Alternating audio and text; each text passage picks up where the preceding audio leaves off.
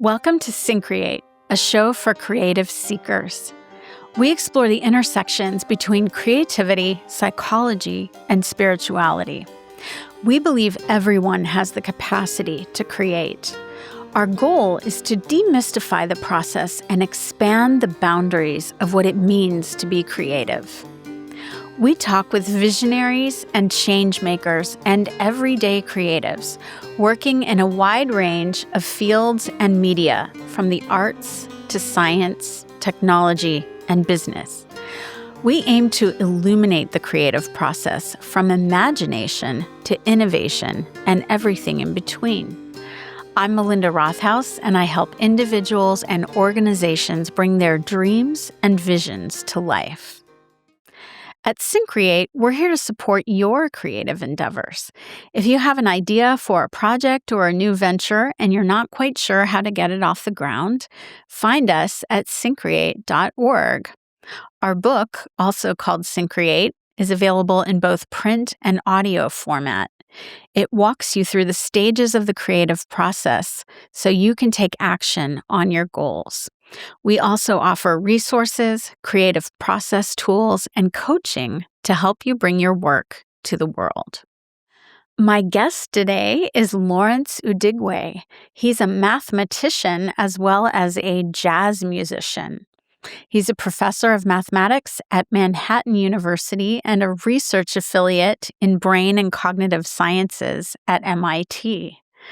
His work integrates teaching and research with a focus on incorporating research-driven ideas into the classroom to advance mathematics pedagogy and curriculum development.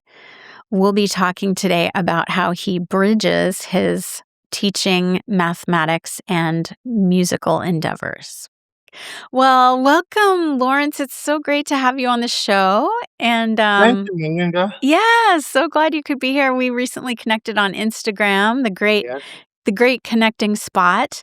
And Yeah. I was really curious about your work because you're both a professor, mathematician, and a musician.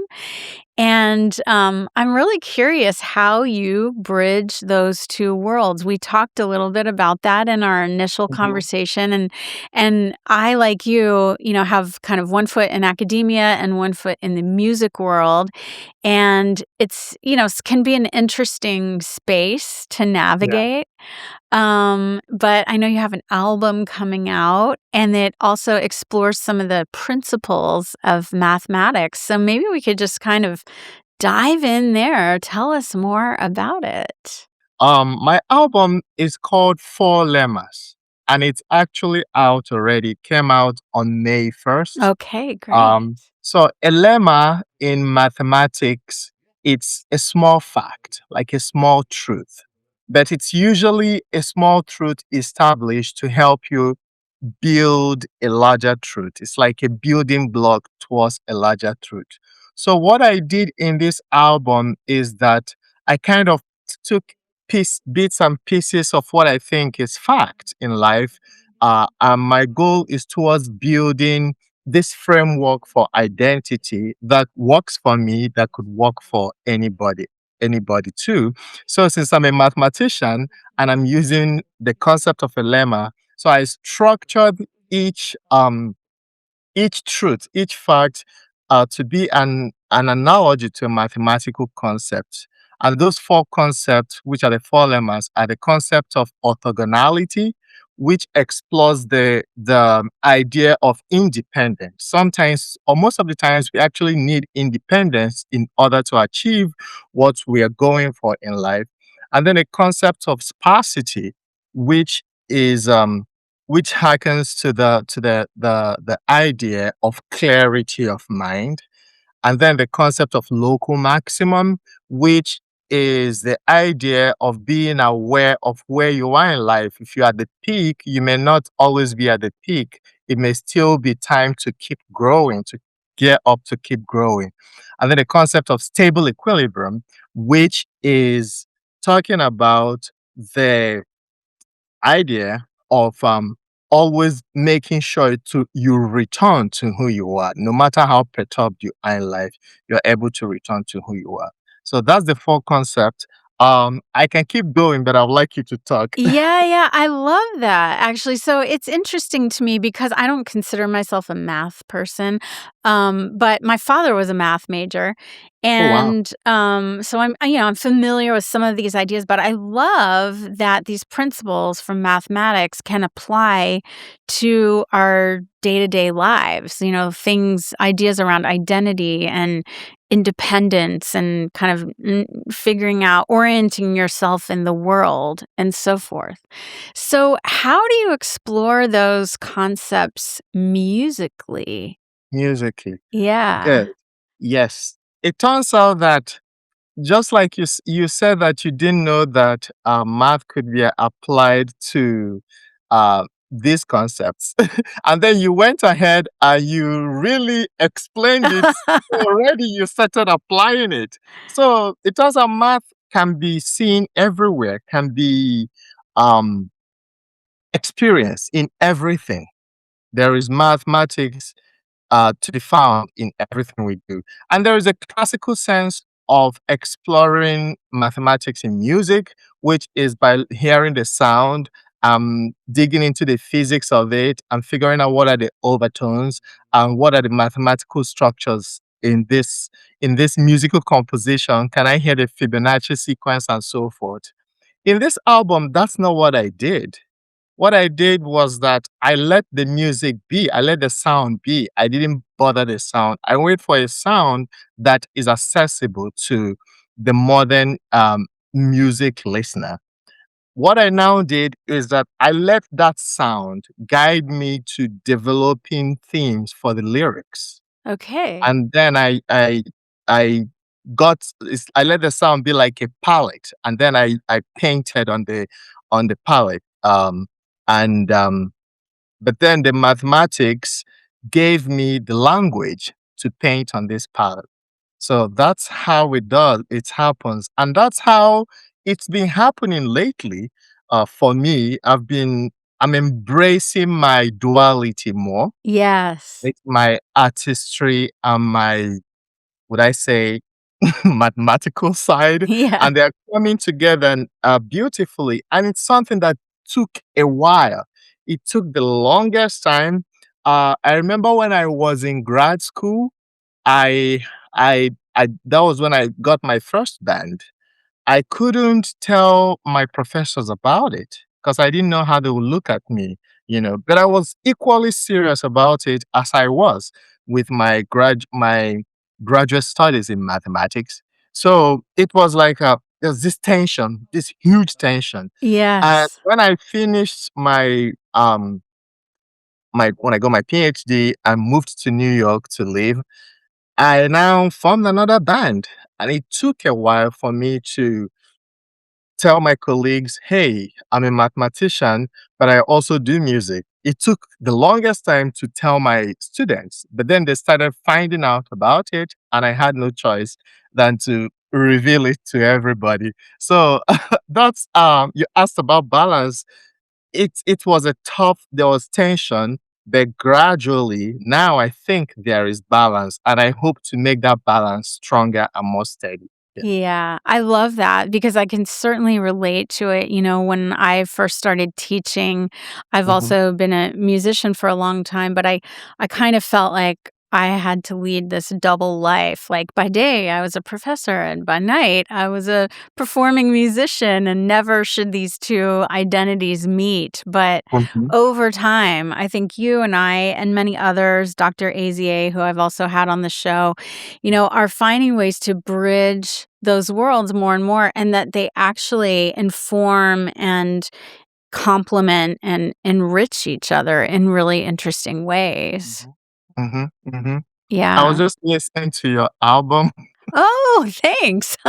Yeah, I listened to it's a song I kept listening to over and over again, Firefly. Yeah. I like the banging intro in the Yeah, song. Yeah. thanks. Sorry, I just had to No, put that that's in. great. I love it. I love it. Yeah.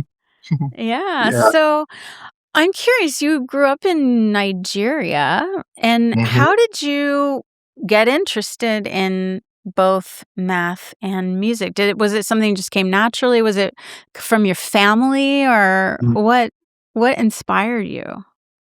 Um, I think it's I'm gonna give a contradictory answer. It didn't come from my family, but it came naturally, you Yeah. know. Some people, when it comes from their family, they say, okay, this is natural because I grew up with it. Mhm. So for me, the fact that it didn't come from my family, none of my parents were practicing musicians. That's why I believe it came more naturally, chose me, you know. Mhm. Growing up, I knew I wanted to be in the arts, you know. I I gravitated towards acting, even though now I can't see myself being an actor. I gravitated towards acting and towards singing. But at the same time, I was in elementary school. I was a really good student, and my specialty was mathematics. And I went to junior high and high school, what we call secondary school in Nigeria, and it remained so. I was really good at math. Growing up, I didn't play any instrument until maybe end of high school. That was when I got interested in the piano and some percussion.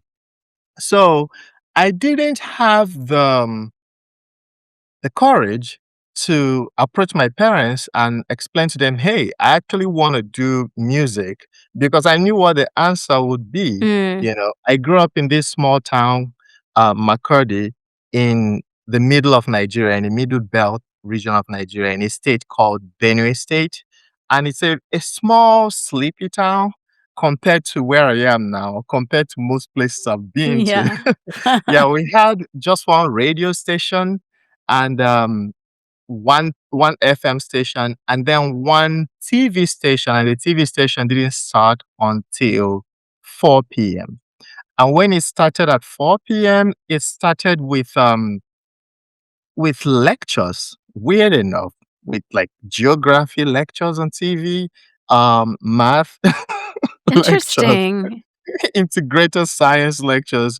So looking back, that it sounds so weird, but it's back then, it's just something that I was used to. So I don't know what that does. I think it gave me this room to just explore things and allow me focus, on the things that I chose to explore.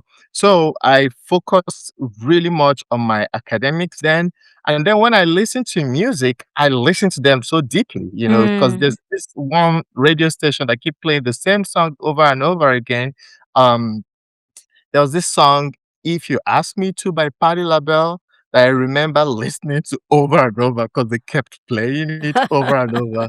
And then another song, a lot of Snoop Dogg back in the day songs, Uh-huh. the G Funk era and all those, they kept playing them over and over. And I listened and knew the words to all of them.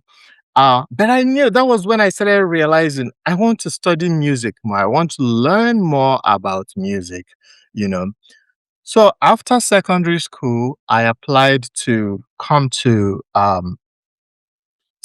Pittsburgh, Pennsylvania for a bachelor's degree. I came for computer science, um, and I ended up with a math degree and a computer science degree. That's the story for another day. But Amazing.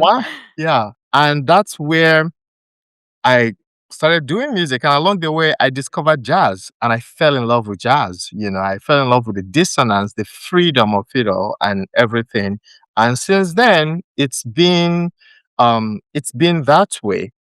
I think I told you this when we're talking, but after graduation, I now said to myself, okay, this is the time to move to New York and do something in music, maybe theater, and just find out what I can do. By then, I was already more informed about how things happen, how Mhm. some people just graduate and then they move to New York and they figure things out.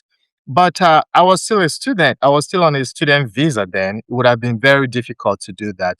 So I went back to school. I said, What do you okay, do when you don't know? Go back to school, exactly. right? I went back to school. I went back. I said, you know what? This time I'm just gonna focus, get a PhD.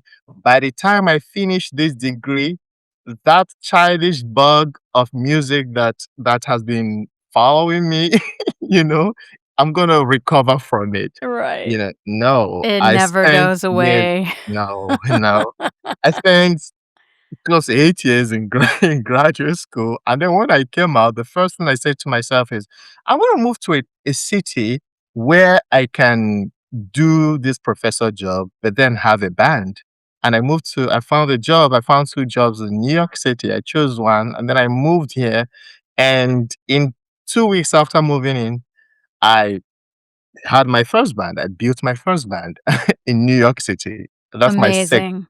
Yeah, and then it has just been that way since then. Yeah, so that's it. I think it shows me it's something that has been following me, and there has been tension along the way. There's been a lot of failures along the way. But Mhm. I feel like gradually I'm finding my place where I can belong without being bothered, without worrying about the traps or the worries, the tension of will I succeed or not? Will I make it? Will I blow up? I don't think of those anymore. I just enjoy what I do. Yeah. That's the most important thing, right? I Yeah. mean, just Yeah. to do what you do creatively because you love it, and then Yeah.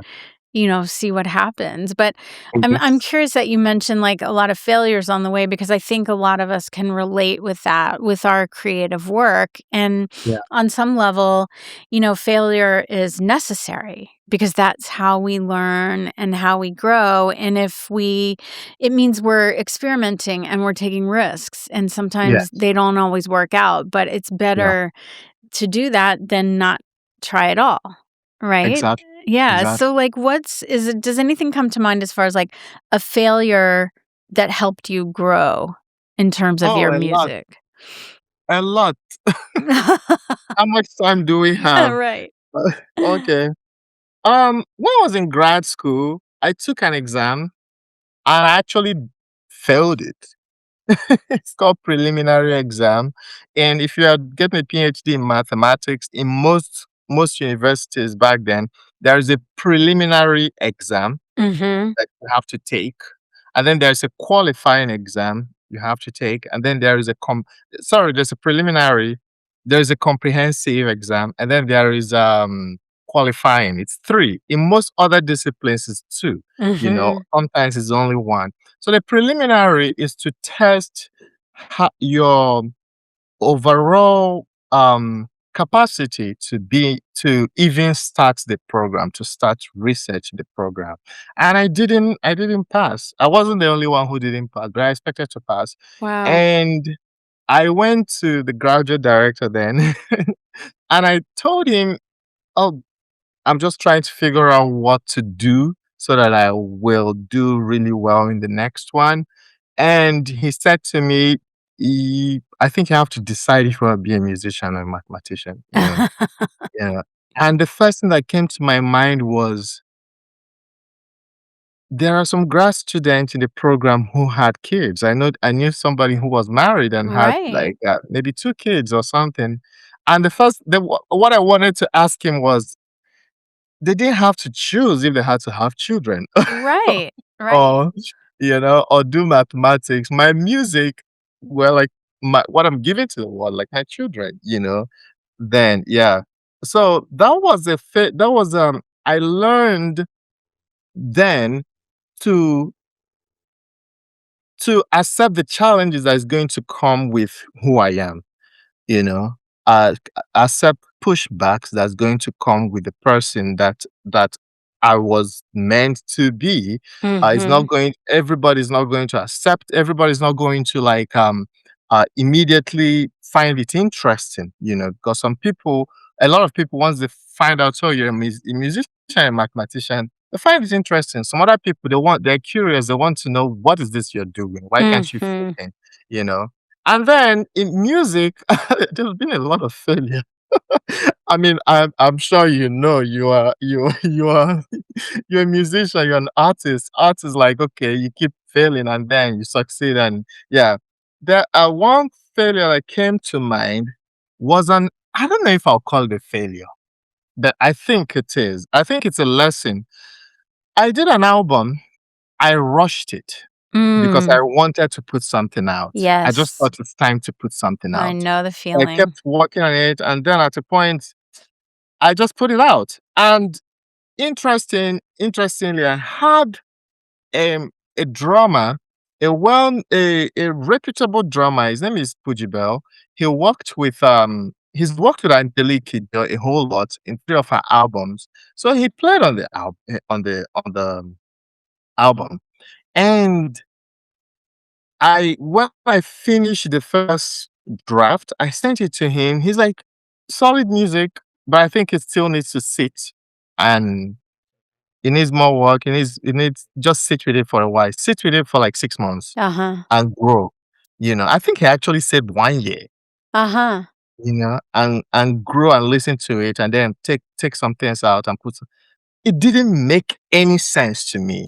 I'm such a you know, I'm such a person, you wouldn't go to them and he's traveling, he's touring, and he just whatever advice he gives to you, he just gives it casually. You wouldn't go back and be like, okay, please explain this to me or something like. Right. So I didn't, and then I put the music out. Um, and then after a while, I grew musically Yes. and I listened Yes. to it and I took it down. Oh, wow. Yeah, That's I took bold. That's really yes, bold. and by then I had already done another album, you know. Wow. So I went on, I took 2 albums down, Wow. right? Yeah. So that one, I don't think it's you can find it somewhere, but I took it down. The second one that I took down, I redid it. I left the music. Musically, I had grown then that my playing was good. But my singing, I thought it could be better. So I went Mm. and I redid the whole vocals and I Wow. reimagined the album. So right now I learn to take my time. Yes. Yeah. But at the same time, I'm learning not take forever because sometimes when it's done, you know. Right. Yeah.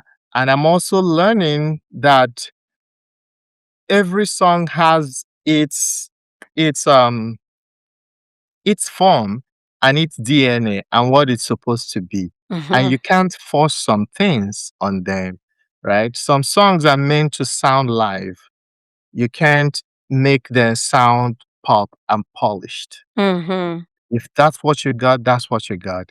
Some songs are meant to sound sad. You can't make them sound happy, even if they're in a major key. Yeah. Uh, some songs are just meant to be a single vocal. You can't start trying to stack a lot of background vocals on them. So I've grown so much. I've pulled an album, and and tossed it to the corner for life. And that money, let it just go.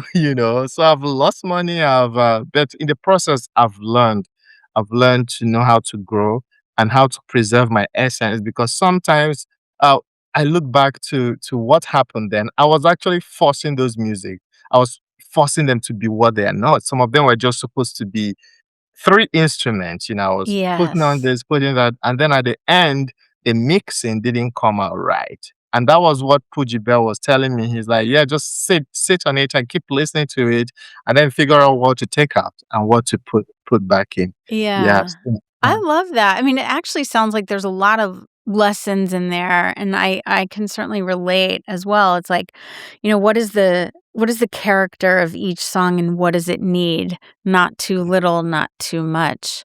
But Yes. also taking the time to let things ripen, I guess, in a way, but also Exactly. knowing that sweet spot between not holding on to it too long, Yes. but not Yeah. putting it out too soon, Exactly. right? Yeah. Yeah. Yeah. Amazing. Yeah. Hmm. I'm working on an album now as well, so Yeah. I'm like thinking So about you it in terms understand of my exactly. songs as well. Yeah. Yeah. Yeah. Now I let the songs sit and I keep listening to them. Once once I start getting bored and start thinking of new songs, then I know Yes. it's time to let them go. Right, Yeah. right. Yeah.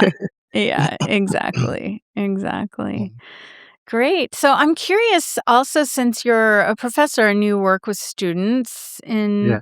mathematics, and I'm curious how you bring the music into your teaching, because obviously we know that music is inherently Yes.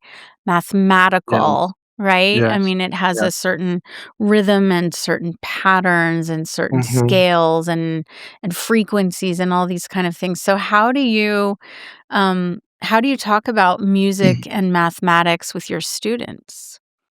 An album like Four Lemmas, I've used it to explain to my students how the things we learn in mathematics just don't stay there. They are, of course, they're applicable. They have direct applications in things like economics and in engineering. But then they also have indirect and phenomenological applications in fields like cognitive science, fields like cognition, you know.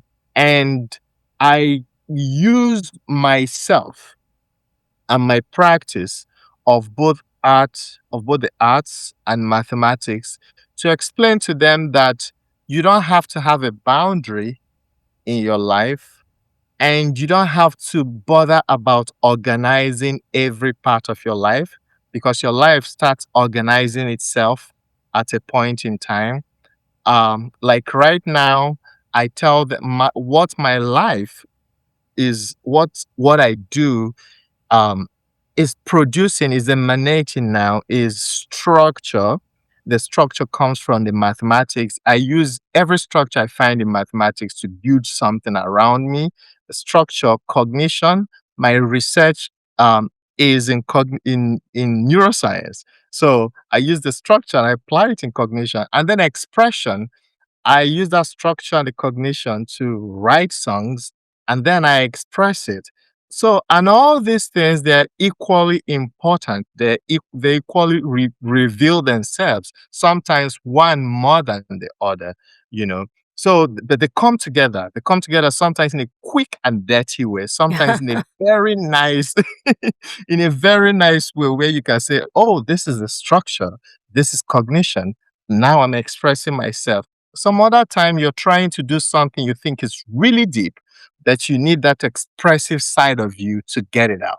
So don't be Yes. afraid to tap into every part of who you are, you know. Don't be afraid when they come out. Don't try to hide them, to bottle them up. Just let it be, because um your life is kind of self organizing. That's what I'm gonna say. Yeah. Yeah, and we each have our certain gifts and certain talents, Yeah. and sometimes they're in very diverse areas, like such Yeah. as music and mathematics or whatever it Mhm. might be, and they can inform each other in these really interesting ways, right? Exactly. I mean it's a classic example, but they say that Einstein in part, came up with the theory of relativity because of his musical training.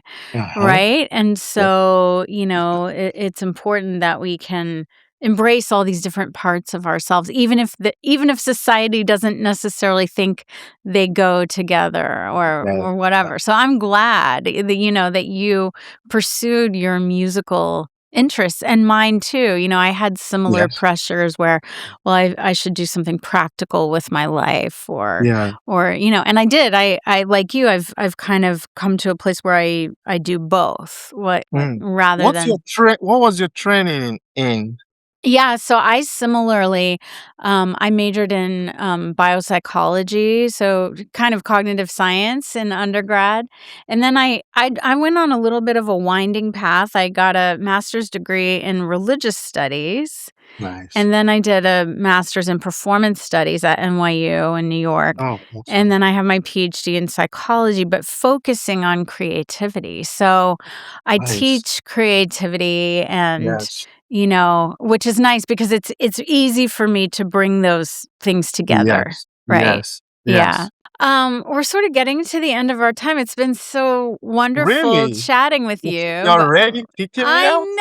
I know, but we can always do another one. Exactly. Um, but I'm curious. So I usually like to end each episode with what I call a creativity pro tip. So something people Okay. can use and try out on their own.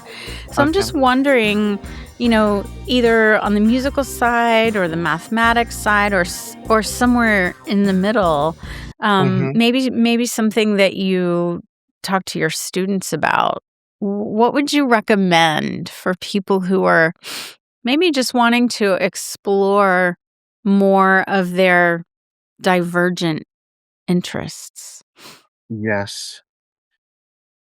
One, I'm gonna start with one which is more specific to people who want to do two things, and it's kind of similar to something I've said. I would say don't be afraid. Do both of them or do the three of them. And sometimes the fear comes from the fact that nobody has done it. You think nobody has done it. And the fear is not you doubting yourself, it's just because you've not seen a template. Yes. And you start worrying about things like, would I have enough time? Uh, what will people say? And other things. You can be the template, right? You can Absolutely. Yeah, you can be the template. You can be the first person. Try it. And being that template may not be as easy as it sounds, but you're good. You're up to the task. Be the template. Be the first person. Be the basis vector. I think Yes. any mathematician realize will understand what I mean. Be the basis vector that other people are going to. They'll take you, they'll combine you with other people that they like, and then they'll form something new, out of you guys. I love Yeah, that because once yeah. one person has the courage to step forward, then it inspires other people to do the Inspires same. others. Yeah. And then another um thing I like to tell artists or mathematicians, and this works for everybody, I think. It sounds very basic, very, very basic, but it sounds basic, but it took me a while to come to this basic, very, very boring advice. Make a to-do list, Mhm. do the task one after the other. If you don't finish them, take them, add them to the next day's to-do list. Continue. Follow your to-do list. If you don't finish them, don't freak out. Continue the next day. That's what I do. Yes. I have a little notebook that I keep, Yeah, and I write all my to-do things, and, exactly. whichever ones I don't get to, then the next You time I just just bring yeah. them forward. Yep. Just be calm, calmly transfer that to the next day. Yeah, Yeah. I'm planning a little, music tour in Europe right now with some Okay. collaborators, and it can be very overwhelming. There's so many logistics and Yeah. people to reach out to and travel and all this kind of I need stuff. a master class in that. Yeah, Yeah. me I'm too. I'm just serious. learning as I go I'll along. pay for somebody to teach me how to do that. Exactly. But that's what we've come to. I was just talking with my collaborator, George, and I was like, okay, it's overwhelming, but one thing at a time, just one, and then the next, and then the next. And that's how you get it done. Yes. Yeah. Yes. Yeah. Well, it's been so wonderful to chat with you. I'm so glad that we connected. Thank you so much. Thank Yeah. you. And Yeah. if people want to learn more about you, about your music, about your Mhm. teaching, what are the best ways for them to find you? They can just go to my website. My website is udeigwe.net. Udeigwe is UDEIGWE.net. Perfect. Or they can follow me on Instagram. My Instagram is my full name, Lawrence Udeigwe. Lawrence is LAWRENCE Lawrence Udeigwe. Um, or they can just Google me. That's the way these days, right? Yeah, I Yeah. think Google has been kind enough to index me twice. Like if you type Udeigwe, Udeigwe, I think I'm the first person you will see.